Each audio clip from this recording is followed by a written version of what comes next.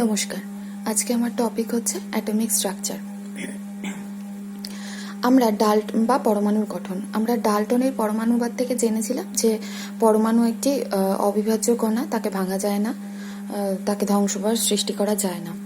কিন্তু 20 শতকের শুরুর দিকে ক্যাথোড রশ্মি, অ্যানোড রশ্মি, এক্স রে, তেজস্ক্রিয়তা প্রভৃতি নানা রকম আবিষ্কারের ফলে পরমাণু সম্পর্কে আমাদের দৃষ্টিভঙ্গি কিছুটা বদলে যায় এবং এই যে পরমাণু একদম মৌলের সর্বাপেক্ষা ক্ষুদ্র অবিভাজ্য কণা, এই ধারণাও ভুল প্রমাণিত হয়েছে। জানা গেছে যে পরমাণু নিজেই কিছু কিছু কণার সমন্বয়ে গঠিত।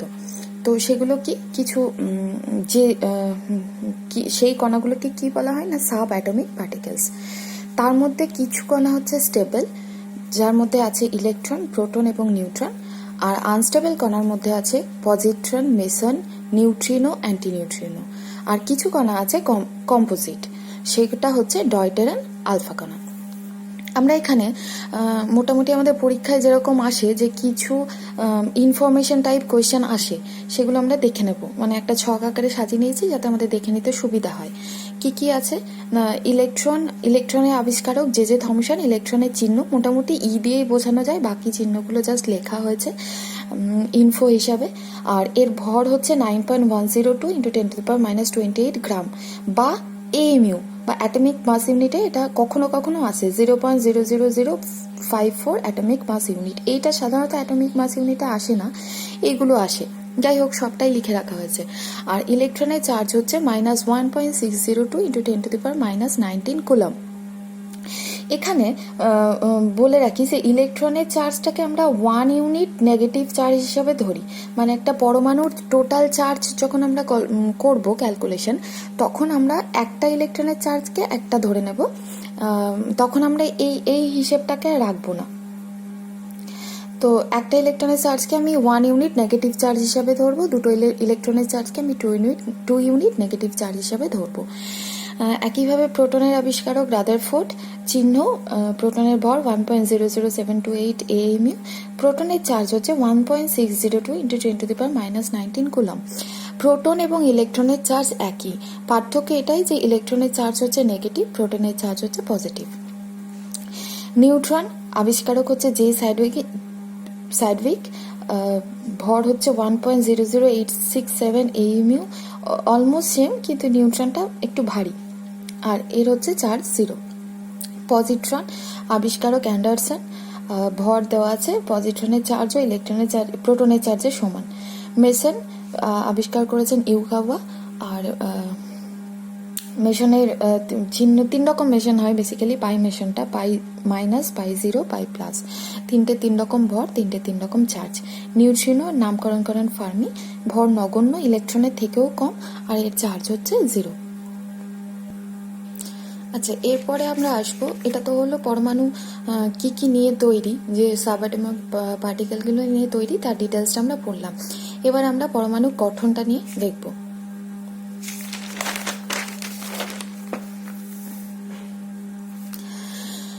পরমাণু স্ট্রাকচার একদম শুরুতেই একদম এখন যে স্ট্রাকচারটা আমরা পড়ি সেটা সবার প্রথমে আসেনি, আস্তে আস্তে ডেভেলপ করেছে। প্রথম যে স্ট্রাকচারটা দেওয়া হয়েছিল সেটা হচ্ছে থমসনের প্লাম পুডিং মডেল।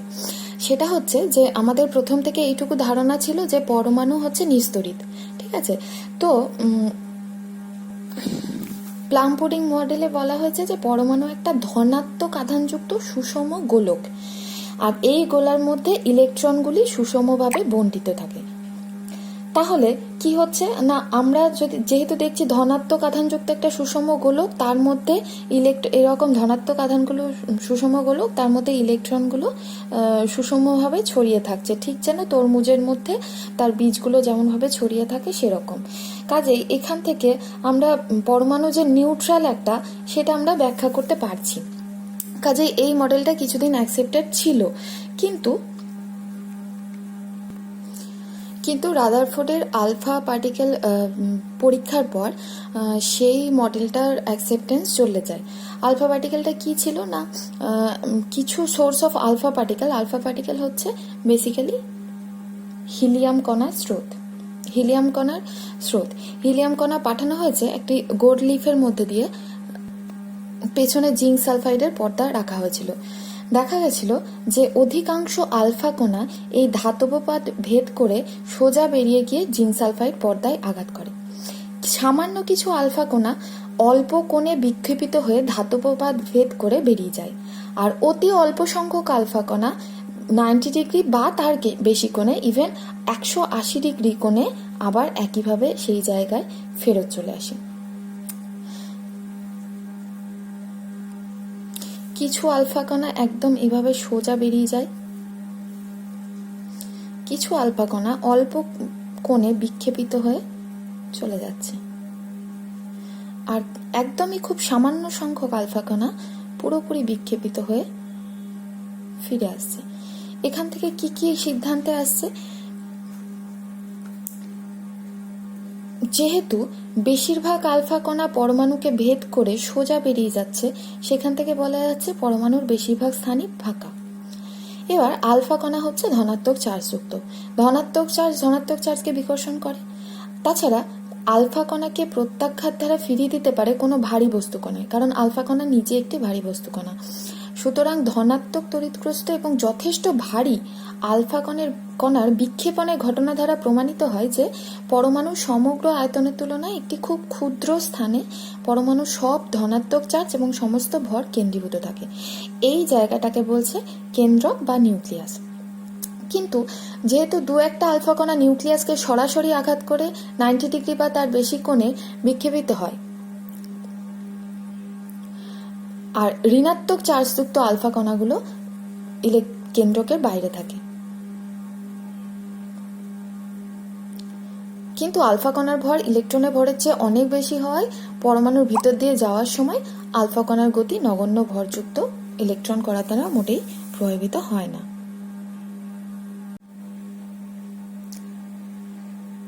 ঋণাত্মক চার্জযুক্ত ইলেকট্রনগুলো কেন্দ্রকের বাইরে থাকে, কিন্তু আলফা কণার ভর ইলেকট্রনের ভরের চেয়ে অনেক বেশি, তাই পরমাণুর ভিতর দিয়ে যাওয়ার সময় আলফা কণাগুলোর গতি ইলেকট্রন দ্বারা প্রভাবিত হয় না। তাহলে আমরা রাদারফোর্ডের পরমাণু মডেল থেকে কি কি সিদ্ধান্তে এলাম, সেটা হচ্ছে যে পরমাণুর কেন্দ্রস্থলে একটা ধনাত্মক আধানযুক্ত নিউক্লিয়াস থাকে। নিউক্লিয়াসের আকার সমগ্র পরমাণুর তুলনায় খুবই ক্ষুদ্র। পরমাণুর প্রায় সমগ্র ভর এই নিউক্লিয়াসের মধ্যেই থাকে, আর পরমাণুর বেশিরভাগ স্থানটাই ফাঁকা। পরমাণুর সমস্ত ধনাত্মক আধান নিউক্লিয়াসেই থাকে, আর নিউক্লিয়াসের বাইরে ইলেকট্রনগুলো নিউক্লিয়াসের চারদিকে সমকেন্দ্রিক বৃত্তাকার পথে আবর্তন করে। কিন্তু এই মডেলে কিছু সীমাবদ্ধতা আছে। কি সীমাবদ্ধতা? বলছে যে নিউক্লিয়াসের বাইরে যখন কোনো চার্জযুক্ত কণা কন্টিনিউয়াস আবর্তন করবে, তখন ইলেকট্রন কি হবে, প্রতি মুহূর্তে তার শক্তি বিকিরণ করবে, এবং শক্তি বিকিরণ করলে কি হবে, তার গতিশক্তি হ্রাস পাবে। গতিশক্তি যদি হ্রাস পায় তাহলে তার বেগও হ্রাস পাবে, ইভেন ও যে কক্ষপথে ঘুরছিল সেই কক্ষপথে ব্যাসার্ধ কমতে কমতে একসময় দেখা যাবে ও নিউক্লিয়াসে এসে পড়ছে। কাজেই পরমাণুর যে একটা স্টেবল ব্যাপার, সেই ব্যাপারটা আমরা এখান থেকে ব্যাখ্যা করতে পারছি না। আবার আমরা এখান থেকে কি পাই, যে যখন ইলেকট্রনটা কন্টিনিউয়াস শক্তি ছাড়বে, তখন শক্তি ছাড়তে ছাড়তে একসময় নিউক্লিয়াসে এসে পড়বে। তাহলে কি হবে না, আমি একটা কন্টিনিউয়াস বর্ণালী পাওয়া উচিত আমার, কিন্তু বাস্তবে আমরা কন্টিনিউয়াস বর্ণালী পাই না। কাজে এই দুটো পরমাণুর অ্যাকচুয়াল গঠনটা রাদারফোর্ডটা ব্যাখ্যা করতে পারছে না। সেখান থেকে আমরা কি আসছি না, বোরের অ্যাটমিক মডেল। বোরের অ্যাটমিক মডেলের স্টেটমেন্টগুলো ছিল যে ইলেকট্রনগুলো নিউক্লিয়াসকে কেন্দ্র করে ইচ্ছে মতো যে কোনো বৃত্তাকার পথে বিচরণ করতে পারে না, কেবলমাত্র কতগুলো নির্দিষ্ট ব্যাসার্ধের বৃত্তাকার কক্ষপথে আবর্তন করতে পারবে। সেই কক্ষপথগুলোকে আমরা বলছি স্টেশনারি অরবিট। সেই স্টেশনারি অরবিটগুলোকে আমরা কে, এল, এম, এন এরকম অক্ষর দ্বারা চিহ্নিত করা হয়। কি রকম ভাবে? নিউক্লিয়াস থেকে ক্রমশ দূরত্ব অনুসারে। নিউক্লিয়াসের পর প্রথম কক্ষপথটাকে আমরা কে দিয়ে চিহ্নিত করলাম, তারপরেরটাকে এল দিয়ে, তারপরেরটাকে এম দিয়ে, এরকম ভাবে যাব। তো এই যে প্রত্যেকটা অরবিটে এখানে ইলেকট্রনের ভরবেগ, এই এক একটা কক্ষপথে ইলেকট্রনের কৌণিক ভরবেগ mvr সমান হবে nh/2π, যেখানে m হচ্ছে ইলেকট্রনের ভর, v হচ্ছে সেই কক্ষপথে ইলেকট্রনের বেগ, r হচ্ছে কক্ষপথের ব্যাসার্ধ, n হচ্ছে নাম্বার, দ্যাট মিনস 1 2 3 4, মানে কক্ষপথের সংখ্যা অনুসারে নাম্বারটা চেঞ্জ হয়ে যাবে। h হচ্ছে প্ল্যাঙ্কস কনস্ট্যান্ট, যার মান হচ্ছে 6.626 into 10⁻34 জুল সেকেন্ড। এবার বলছে যে নিউক্লিয়াসের থেকে যত কক্ষপথগুলোর দূরত্ব বেশি হবে তত শক্তি বেশি হবে। মানে কে কক্ষপথের শক্তি যদি E1 হয়, এল কক্ষপথের শক্তি যদি E2 হয়, এম কক্ষপথের শক্তি যদি E3 হয়, তাহলে E1 is less than E2 is less than E3, এরকম ভাবে হবে। এখন বলছে যে কোনো ইলেকট্রন নির্দিষ্ট স্থির কক্ষপথ থেকে অপর একটা নির্দিষ্ট স্থির কক্ষপথে স্থানান্তরিত হয় তখনই শুধু ইলেকট্রন শক্তি বর্জন বা শোষণ করে। ইলেকট্রন যখন উচ্চ শক্তি স্তর থেকে নিম্ন শক্তি স্তরে স্থানান্তরিত হয় তখন শক্তি বিকিরণ করে, আবার যখন নিম্ন শক্তি স্তর থেকে উচ্চ শক্তি স্তরে যায় তখন ইলেকট্রনটা শক্তি শোষণ করে। কিন্তু বোরের তত্ত্ব অনুসারে যখন কোনো নির্দিষ্ট কক্ষে আবর্তন করে তখন কোনো শক্তি বিকিরণ করে না। সেই জন্য এই মডেলটা পরমাণুর স্থায়িত্ব ব্যাখ্যা করতে সক্ষম।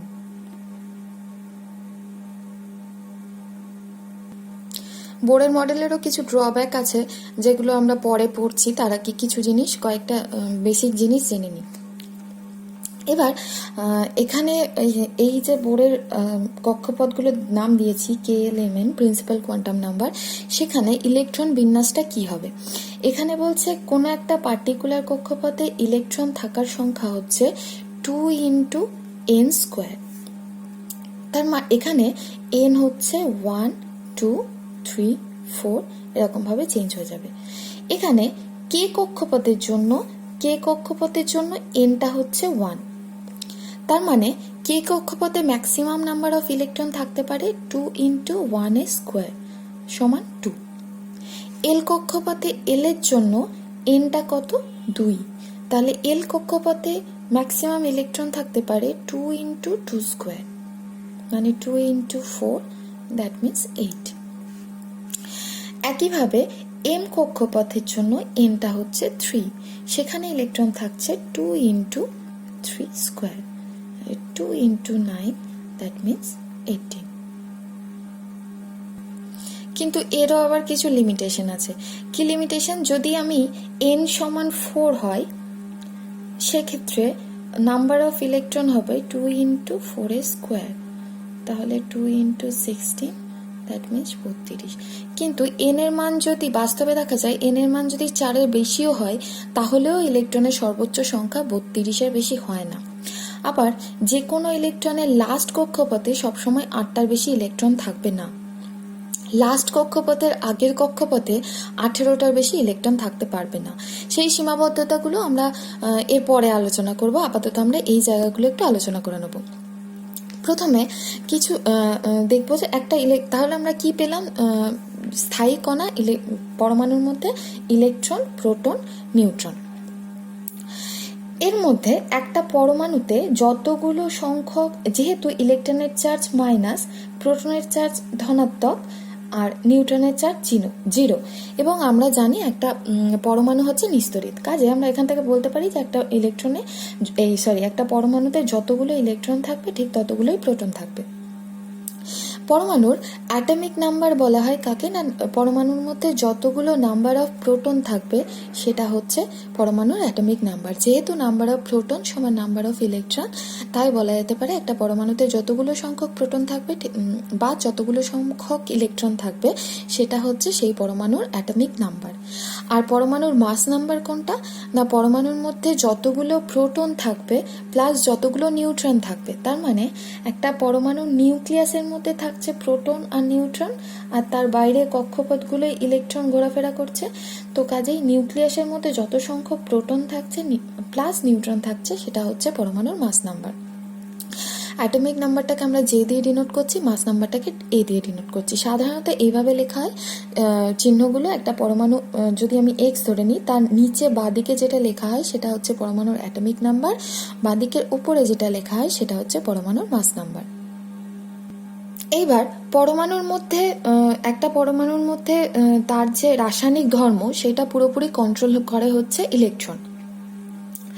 একটা পরমাণু থেকে কখনো নিউট্রন বা প্রোটন বেরোতে পারবে না, বেরোয় কারা? ইলেকট্রনরা।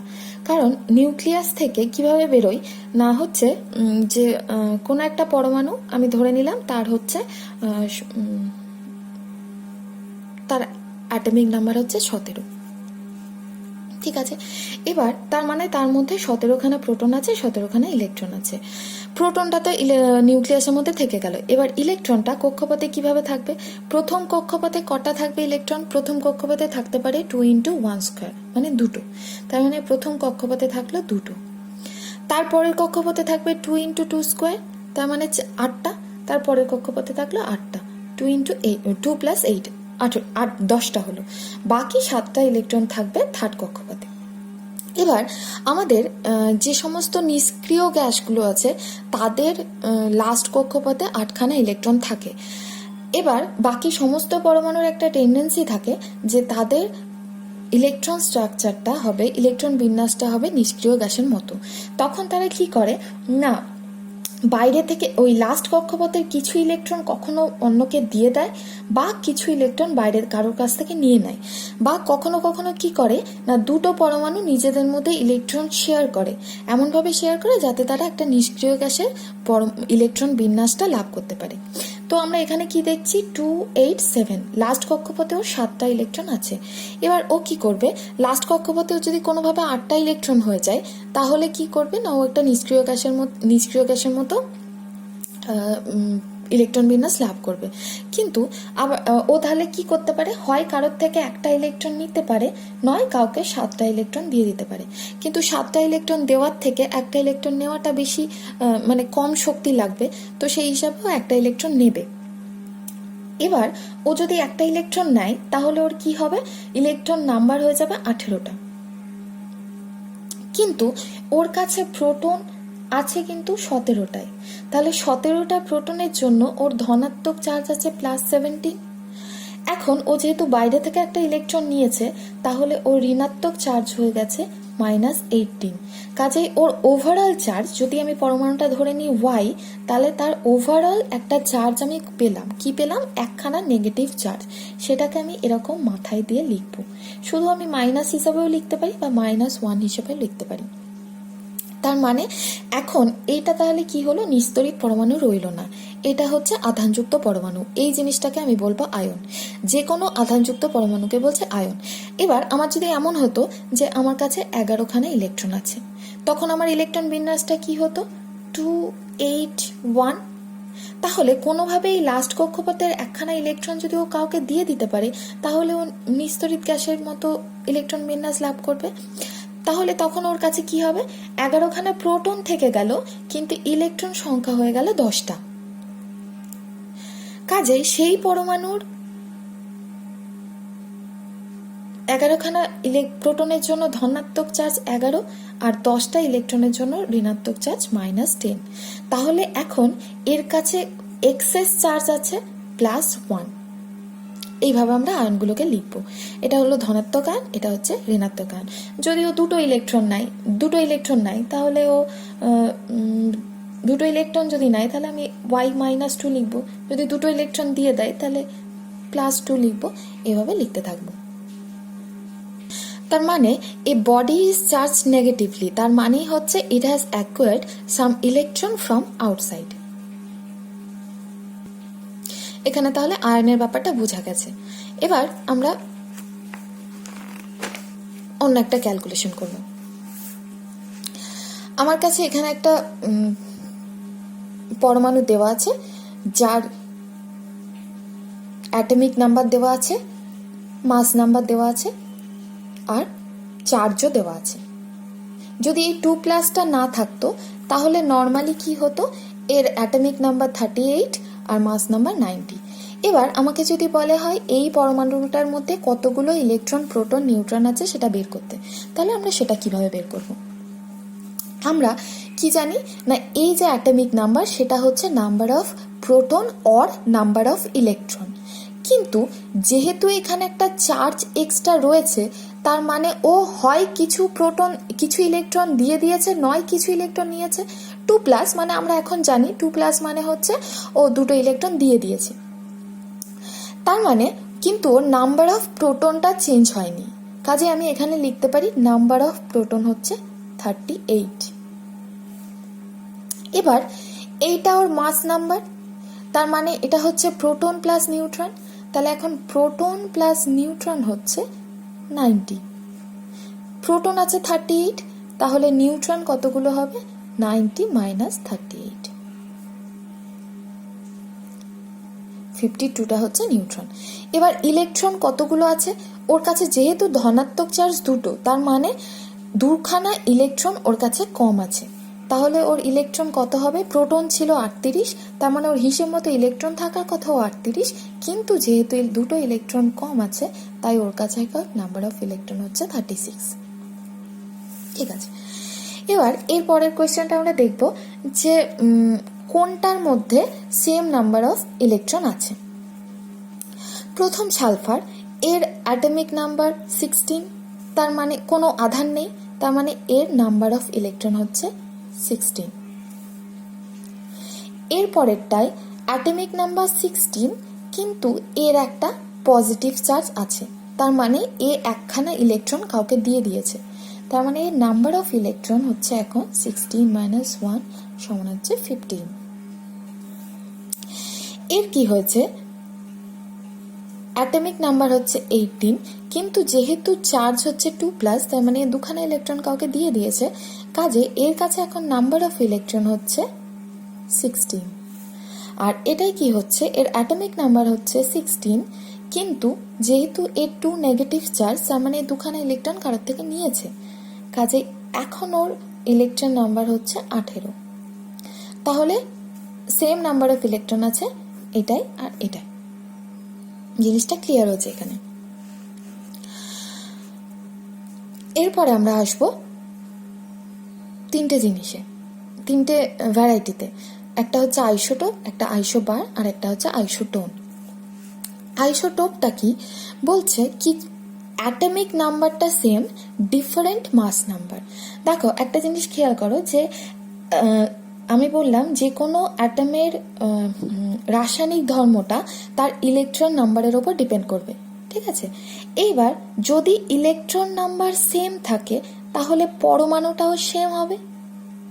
ইলেকট্রন নাম্বার যদি ডিফারেন্ট হয়, তাহলে পরমাণুটাও পাল্টে যাবে। ক্লিয়ার এই জায়গাটা? এবার আইসোটোপে আসি। আইসোটোপ বলছে অ্যাটমিক নাম্বার সেম, কিন্তু ডিফারেন্ট মাস নাম্বার। তাহলে ডিফারেন্ট মাস নাম্বার কেন হবে? মাস নাম্বার আমি জানি neutron plus proton. Atomic number same, তার মানে প্রত্যেকটা অ্যাটমে ইলেকট্রন এবং প্রোটনের সংখ্যা সমান, কিন্তু যদি নিউট্রন সংখ্যা ডিফারেন্ট হয়, তাহলে তাদের মাস নাম্বারগুলো চেঞ্জ হয়ে যাবে। ফার্স্ট কেসটায় দেখো H11, এটা হলো সাধারণ হাইড্রোজেন। H11 মানে তার H11, তার মানে কি এর এখানে ইলেকট্রন আছে একটা, প্রোটনও আছে একটা। এইবার মাস নাম্বার কত? 1, তার মানে প্রোটন প্লাস নিউট্রন মানে হচ্ছে 1। প্রোটন যদি 1 হয়, মানে প্রোটন একটা আছে, তাহলে নিউট্রন কটা? 0টা। তার মানে সাধারণ হাইড্রোজেনে কোনো নিউট্রন নেই, এটি একমাত্র মৌল যেখানে কোনো নিউট্রন নেই। এরপরের H12, যেটা কিনা হচ্ছে নাম হচ্ছে ডয়টেরিয়াম, সেখানে দেখো H12 অ্যাটমিক নাম্বার 1, তার মানে ইলেকট্রন আছে 1, প্রোটনও আছে 1। এখন প্রোটন আর নিউট্রন মিলিয়ে 2, প্রোটন আছে একটা, তাহলে নিউট্রন কটা থাকবে? অবশ্যই একটা থাকবে, তবেই নিউট্রন প্লাস প্রোটন মিলিয়ে 2 হবে। এরপরে হাইড্রোজেন হচ্ছে 1,3, সেটা হচ্ছে টিট্রিয়াম, H13। 1 হচ্ছে অ্যাটমিক নাম্বার এবং এইটা হচ্ছে নিস্তড়িত, কোনো আয়ন না, তাহলে ইলেকট্রন আছে একটা, প্রোটনও আছে একটা। এখন প্রোটন আর নিউট্রন মিলিয়ে যদি 3 হয়, প্রোটন যদি একটা থাকে, তাহলে নিউট্রন কটা থাকবে? ডেফিনেটলি 2টো। তাহলে এইটা হচ্ছে আইসোটোপের কনসেপ্ট, যে এখানে প্রত্যেকটা অ্যাটমিক নাম্বার সেম হবে, কিন্তু ডিফারেন্ট মাস নাম্বার হবে। কেন না, নাম্বার অফ নিউট্রনের জন্য নাম্বার অফ নিউট্রনটা ডিফারেন্ট হচ্ছে, যার জন্য মাস নাম্বারটা ডিফারেন্ট। আর একইভাবে আরেকটা উদাহরণও দেওয়া যায়, ক্লোরিন 1735, ক্লোরিন 1737। এখানে ক্লোরিন 1735, এখানে ক্লোরিনের ইলেকট্রন 17, প্রোটনও হচ্ছে 17, তাহলে নিউট্রন থাকবে কত? প্রোটন আর নিউট্রন মিলিয়ে যদি 35 হয়, প্রোটন যদি 17 হয়, তাহলে নিউট্রন থাকবে 35 মাইনাস 17, দ্যাট মিনস 18। আর এখানে কি না, ইলেকট্রন হচ্ছে 17,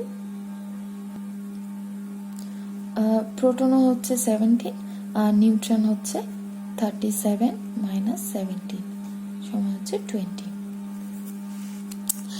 এটা গেল আইসোটোপ। এরপরে আসছে আইসোবার। আইসোবারে কি বলছে, মাস নাম্বারটা সেম থাকবে কিন্তু ডিফারেন্ট অ্যাটমিক নাম্বার। যেহেতু ডিফারেন্ট অ্যাটমিক নাম্বার, এখানে মৌলগুলোও পাল্টে যাচ্ছে, কারণ মৌলগুলো রাসায়নিক ধর্ম বা নামকরণ আমরা কিভাবে করি, রাসায়নিক ধর্ম বা মানে দুটো মানুষকে আলাদা আলাদা চেনাই কিভাবে, সে দুটো আলাদা আলাদা নাম দিয়েছি, তো সেইটা ডিপেন্ড করছে ইলেকট্রনের উপর। যেহেতু ইলেকট্রনগুলো পাল্টে যাচ্ছে, তাই এদের নামগুলোও পাল্টে যাচ্ছে।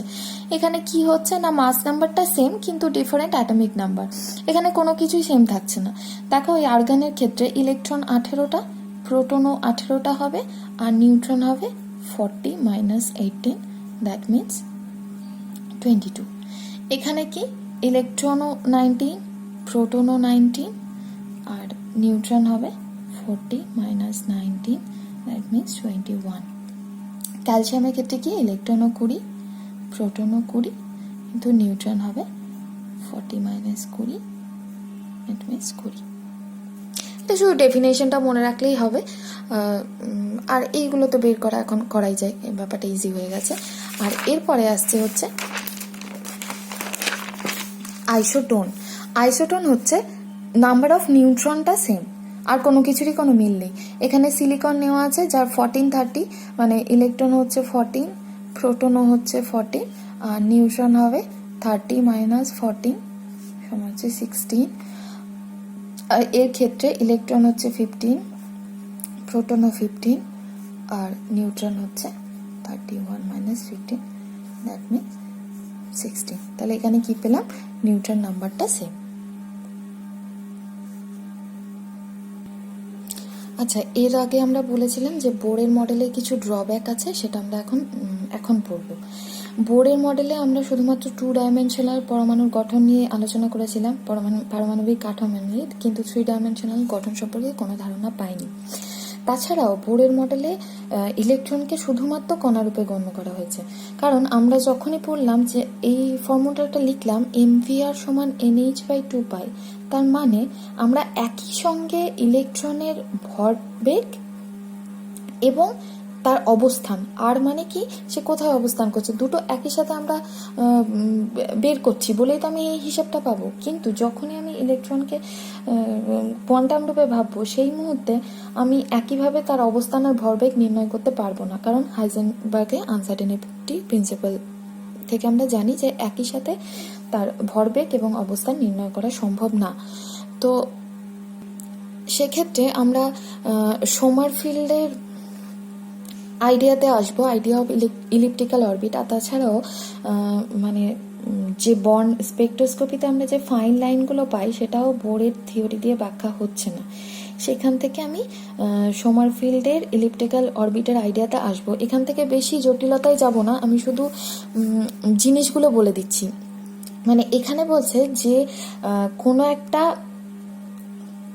পরমাণুতে ইলেকট্রনের প্রকৃতি সঠিকভাবে বর্ণনা করার জন্য কিছু নির্দিষ্ট সংখ্যার প্রয়োজন হয়, সেই সংখ্যাগুলোকে বলছে কোয়ান্টাম নাম্বার। একটা হচ্ছে principal quantum number, azimuthal quantum number, magnetic quantum number, spin quantum number. এই 4টে দিয়ে আমি ব্যাখ্যা করতে পারবো। বলছে প্রিন্সিপাল কোয়ান্টাম নাম্বারটা কি না, বোরের মতবাদ অনুসারে আমরা বলেছি যে প্রত্যেকটা কক্ষপথে আবর্তনকারী ইলেকট্রনের গড় শক্তি নির্দিষ্ট থাকে প্রত্যেকটা কক্ষপথে। এখানে কি পেয়েছি, কে কক্ষপথ, এল কক্ষপথ, এরকম ভাবে আমি কক্ষপথগুলো পেয়েছি। এই প্রত্যেকটা কক্ষপথে ইলেকট্রনের গড় শক্তিটা নির্দিষ্ট থাকে। মুখ্য কোয়ান্টাম সংখ্যা বা প্রিন্সিপাল কোয়ান্টাম নাম্বার, যেটা আমরা এন দিয়ে ডিনোট করছি, এনটাকে আমি কে কক্ষের ক্ষেত্রে এনটাকে 1 লিখছি, কে এর জন্য এনটাকে 1 লিখছি, এল এর জন্য এনটাকে 2 লিখছি, এম এর জন্য এনটাকে 3 লিখছি, এরকমভাবে লিখে লিখে যাচ্ছি। সব থেকে কাছে যেটা আছে নিউক্লিয়াসে তার শক্তি সব থেকে কম, দূরে যে আছে যার শক্তি সব থেকে বেশি। তেমন আমি শক্তি অনুযায়ী যদি সাজাই, কে তে সব থেকে কম, এল এ তার থেকে বেশি, এম এ তার থেকে বেশি, এরকম ভাবে চলছে। এরপরে আসছি অ্যাজিমুথাল কোয়ান্টাম নাম্বার, যেটা আমরা ডিনোট করছি এল দিয়ে। এখানে ব্যাপারটা আমি জাস্ট একটু সহজ করে বলি।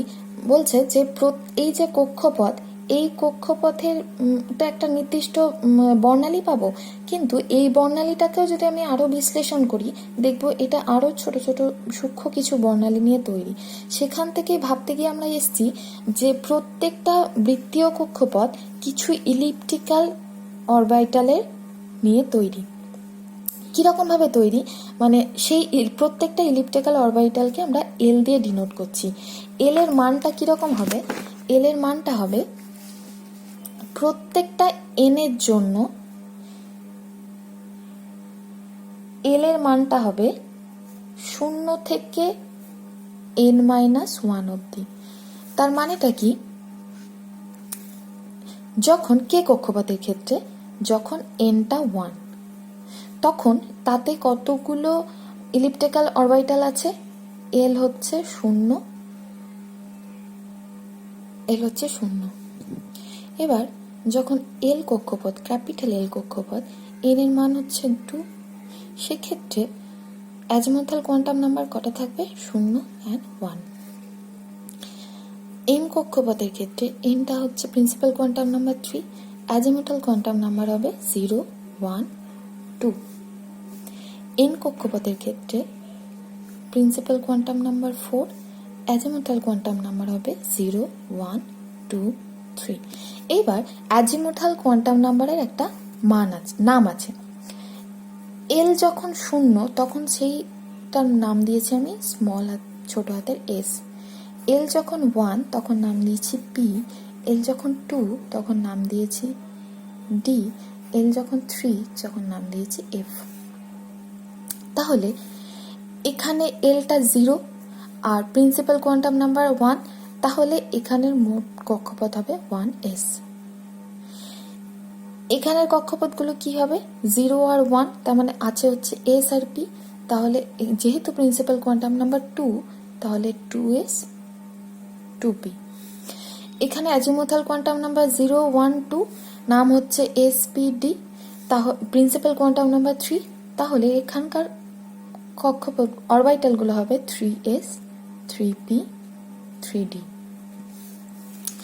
একইভাবে এখানে 0, 1, 2, 3 অ্যাজিমুথাল কোয়ান্টাম নাম্বার, তার মানে SPDF, আর প্রিন্সিপাল কোয়ান্টাম নাম্বার 4, কাজে অরবিটালগুলো হবে 4s, 4f। এবার বলছে ওই স্ট্রং স্পেকট্রোস্কোপিতে এই যে প্রত্যেকটা সূক্ষ্ম সূক্ষ্ম রেখা, এটা আরো সূক্ষ্ম রেখায় ভাগ হয়ে যায় যদি আমি একটা চৌম্বক ক্ষেত্র দিই। তো তাই বলছে যে যদি কোনো নির্দিষ্ট শক্তির উপকক্ষ, মানে 2s বা 2p, এরা যদি চৌম্বক ক্ষেত্রের উপস্থিতিতে শক্তিমাত্রার সামান্য পার্থক্য বিশিষ্ট কতগুলো ত্রিমাত্রিক এরিয়াতে ভাগ হয়ে যায়, এই একটা অঞ্চলগুলোকে বলা হয় অরবিটাল। মানে সহজ ভাষায় বলতে গেলে এই 2s বা 2p এরাও আবার ভাগ হয়ে যাচ্ছে। কিভাবে ভাগ হয়ে যাচ্ছে না, প্রত্যেকটা এল এর জন্য অ্যাজিমুথাল, আচ্ছা এখানে আরেকবার বলে নিই, এই ম্যাগনেটিক কোয়ান্টাম নাম্বারটা আমরা এম দিয়ে ডিনোট করেছি, আর স্পিন কোয়ান্টাম নাম্বারটা আমরা এস দিয়ে ডিনোট করেছি। তো প্রত্যেকটা প্রিন্সিপাল কোয়ান্টাম নাম্বারের জন্য আমরা অ্যাজিমুথাল কোয়ান্টাম নাম্বার পেয়েছি। এবার প্রত্যেকটা অ্যাজিমুথাল কোয়ান্টাম নাম্বারের জন্য আমরা ম্যাগনেটিক কোয়ান্টাম নাম্বারটা পাবো। কিরকম ভাবে পাবো, প্রত্যেকটা এল এর জন্য এম এর মান হবে -l থেকে +l পর্যন্ত। তার মানে এল যদি 0 হয় তাহলে তো ম্যাটার করছে না, এল যদি 1 হয় তাহলে তার ম্যাগনেটিক কোয়ান্টাম নাম্বার হবে -1, 0, +1। এল যদি 2 হয় তাহলে তার ম্যাগনেটিক কোয়ান্টাম নাম্বার হবে -1, 0, +1, +2। আচ্ছা, তাহলে মাইনাস আর প্লাসগুলো কি? এটা কিছু না, যদি আমি চৌম্বক ক্ষেত্র এদিকে দিই তাহলে চৌম্বক ক্ষেত্র যদি এ পাশে দিই তাহলে এটা যদি 0 থেকে শুরু হয় তাহলে এরকম ভাবে যদি শক্তি স্তরটা থাকে তাহলে এই তলার দিকে যেটা থাকবে সেটা মাইনাস, মানে এটা ধরে নিলাম -2, এটা ধরে নিলাম এখানে -2, এটা -1, এটা 0, এটা +1, এখানে হচ্ছে +2, এরকম ভাবে, আর কিছু না। মানে চৌম্বক ক্ষেত্রের নিচের দিকে হচ্ছে মাইনাস আর এই দিকে যদি চৌম্বক ক্ষেত্র হয় তাহলে সেটা হবে প্লাস। আর স্পিন কোয়ান্টাম হচ্ছে প্রত্যেকটা অরবিটালের জন্য 2টো করে স্পিন থাকবে। এবার তাহলে আমি একটা ইলেকট্রন বিন্যাস দিয়ে দেখি ব্যাপারটা কিরকম হচ্ছে, বা আমি আগে আরেকটা জিনিস করে নিই, সেটা হচ্ছে যে আমরা এর আগে পড়লাম যে কোন কক্ষপথে কটা ইলেকট্রন থাকে সেটা এইভাবে মিলছে কিনা দেখে নিই। এই তত্ত্ব দিয়ে আমরা প্রথমেই পড়েছিলাম কে কক্ষপথে কটা ইলেকট্রন থাকবে, 2 × n², মানে 2 × 1² মানে 2টো থাকবে। এল কক্ষপথে কটা থাকবে, 2 × n², 2 × 2², তার মানে হচ্ছে 8টা থাকবে। এম এ থাকার কথা 2 × n², এম এ থাকার কথা 2 × 3², তাহলে 18টা। কিভাবে থাকছে দেখো, প্রথমে আমরা কে কক্ষপথ নিচ্ছি। কে কক্ষপথের ক্ষেত্রে principal quantum number 1, azimuthal quantum number হবে শুধু 0, দ্যাট মিনস 1s। আর তাহলে এখানে কোনো আমি ইয়ের মান পাচ্ছি না, তাহলে এখানে আমি কোনো ম্যাগনেটিক কোয়ান্টাম নাম্বার পাচ্ছি না, কিন্তু স্পিন কোয়ান্টাম নাম্বারটা আছে, একটা আপ স্পিন একটা ডাউন স্পিন, আমি 2টো ইলেকট্রন রাখতে পারবো। তাহলে নাম্বার অফ টোটাল ইলেকট্রন 2। তাহলে এখানে আমরা হিসাব করেছিলাম আর এই হিসাব মিলল। এবার পরের অরবিটটার জন্য দেখি। এল এর জন্য principal quantum number 2, azimuthal quantum principal quantum number 2, azimuthal quantum number কত হবে তাহলে,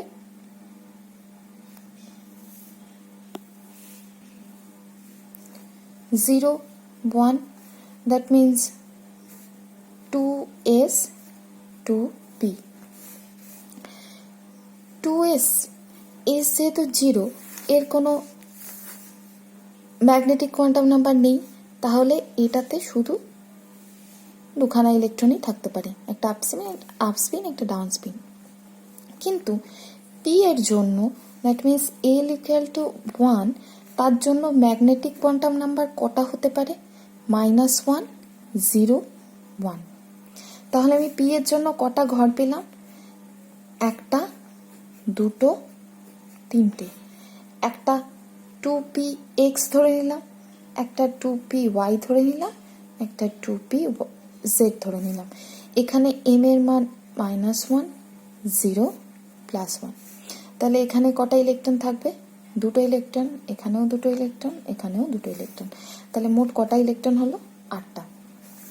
এই যে 8-এর সাথে মিলেছে। এবার পরেরটা আমি চেক করে নিই। m = 3 এর জন্য কি হচ্ছে,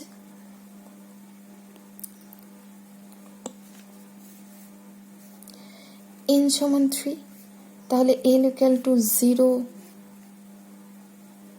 1, 2, তাহলে কি পাচ্ছি আমি, 3s, 3p, 3d। 3s এর জন্য 2টো আছে, এর কোনো ম্যাগনেটিক কোয়ান্টাম নেই। 3p এর জন্য একইভাবে এরকম 3টে হবে।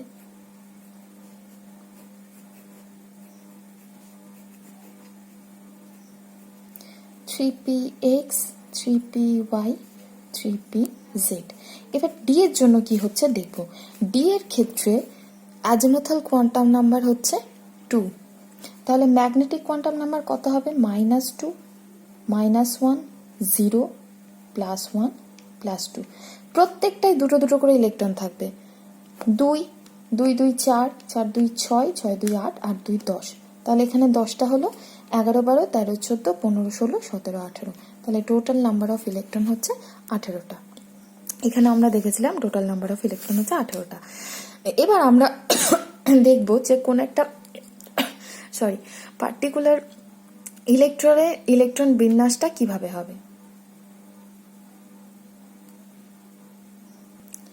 প্রথমে আমরা কক্ষগুলোকে শক্তির অনুক্রম অনুযায়ী সাজাবো। সেক্ষেত্রে আমাদের আউপাউ প্রিন্সিপাল ফলো করতে হবে। কিভাবে করব, আমি বেশি ডিটেলসে যাব না, জাস্ট কিভাবে করব সেটা দেখব। প্রথমে হচ্ছে আমাদের 1s, তারপরে 2s 2p, 3s 3p 3d, 4s 4p 4d 4f, 5s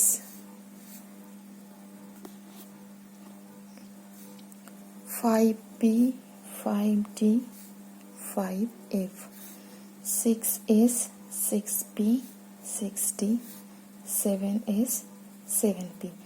এটাকে আমরা সাজাবো হচ্ছে ঠিক এইভাবে, একটা করে আগে কাটা দাগ দিয়ে নেব।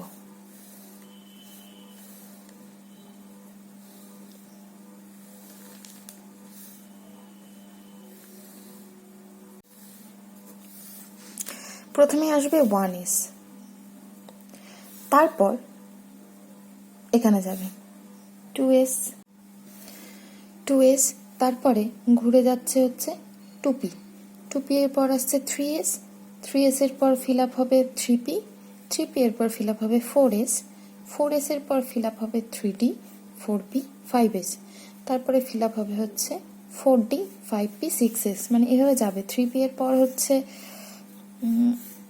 3d, এই সরি 3p এর পর আছে 4s, তারপর হচ্ছে 4sটা ঘুরে যাবে হচ্ছে 3d, তারপরে হচ্ছে 4p, তারপরে 5s, তারপরে 4d, এরকমভাবে ফিল আপ হতে হতে থাকবে। এটা অরবিটালগুলো ফিল আপ হতে থাকবে। এবার এতে কতগুলো করে ইলেকট্রন থাকবে সেটা আমরা এক্সাম্পল নিয়ে দেখে নেব। আমি ধরে নিচ্ছি আমার একটা নাম্বার অফ ইলেকট্রন হচ্ছে 14, তাহলে সেটা কিভাবে ফিল আপ হবে? সবার প্রথমে আমার 1s ফিল আপ হবে। 1s আছে, 1s এ কটা থাকতে পারে? দুটো থাকলো।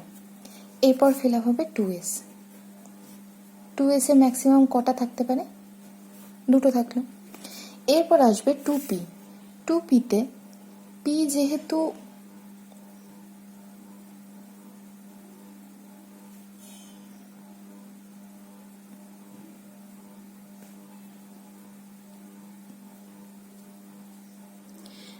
এটা p, মানে এর অ্যাজিমুথাল কোয়ান্টাম নাম্বার হচ্ছে 1, তাহলে এর ম্যাগনেটিক কোয়ান্টাম নাম্বার হবে -1 0 1। কাজে আমি এখানে 3টে ঘর পেলাম। 3টে ঘরের মধ্যে কিভাবে ফিল আপ হবে? প্রথমে প্রত্যেকটা ঘরে একটা করে আপ স্পিন ফিল আপ হলো। তাহলে মোট কটা ইলেকট্রন হলো? অলরেডি 4টে হয়ে গেছে, 1 2 3 4 5 6 7।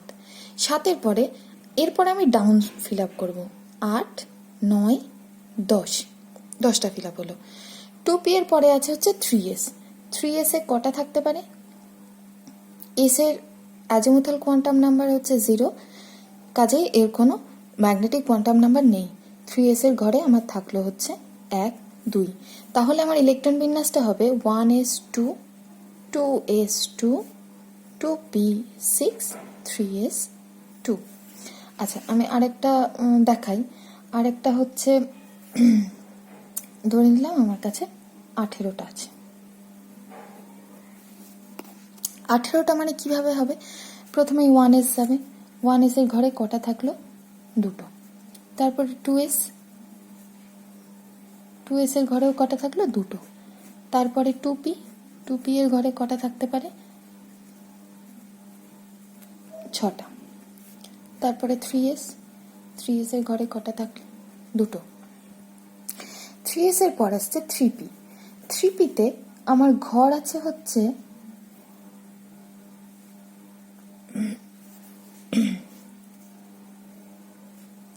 p, যেহেতু ঘর থাকবে 3টে, কিন্তু দেখতে হবে আমার 3টে লাগবে কিনা, কারণ অলরেডি আমার 2 2 4 4 আর 6 10 10 আর 11 12, 12টা হয়ে গেছে। তাহলে 6টা, হ্যাঁ এটা ফিল আপ হয়ে যাচ্ছে। প্রথমে আপ স্পিনগুলো হলো, তারপর ডাউন স্পিন হলো। তাহলে 1s2 2s2 2p6 3s2 3p6। এরপরে ধরে নিলাম আমার কাছে 22টা ইলেকট্রন আছে। তো আমি এইভাবে না করে ডাইরেক্ট করে দিই। প্রথম ঘর আছে 1s, 1s এ থাকতে পারে ম্যাক্সিমাম দুটো, তাহলে 1s2 করলাম। তারপর 2s, 2s 2 করলাম। তারপর পিতে 6টা থাকতে পারে, 2p 6 আমরা অলরেডি দেখেছি অনেকবার করে। তারপরে 3s, 3s এ থাকতে পারে দুটো, তাহলে 3s2। এরপরে থাকবে পি, আবার পিতে 6টা, 3p, তাহলে 3p 6 বসালাম। এবার আমি দেখি কতগুলো হলো। 2 4 10, 10 2 12, 12 আর 6 18, আর পড়ে থাকছে আমার 4টে। এবার 3p এর পর আসছে আমার 4s, এসে থাকতে পারে দুটো, তাহলে 4s2, 18 আর 2 20, আর দুটো এক্সট্রা থাকছে। 4s এর পর থাকছে 3d, যেখানে অনেকগুলো থাকতে পারে, কিন্তু আমি 3d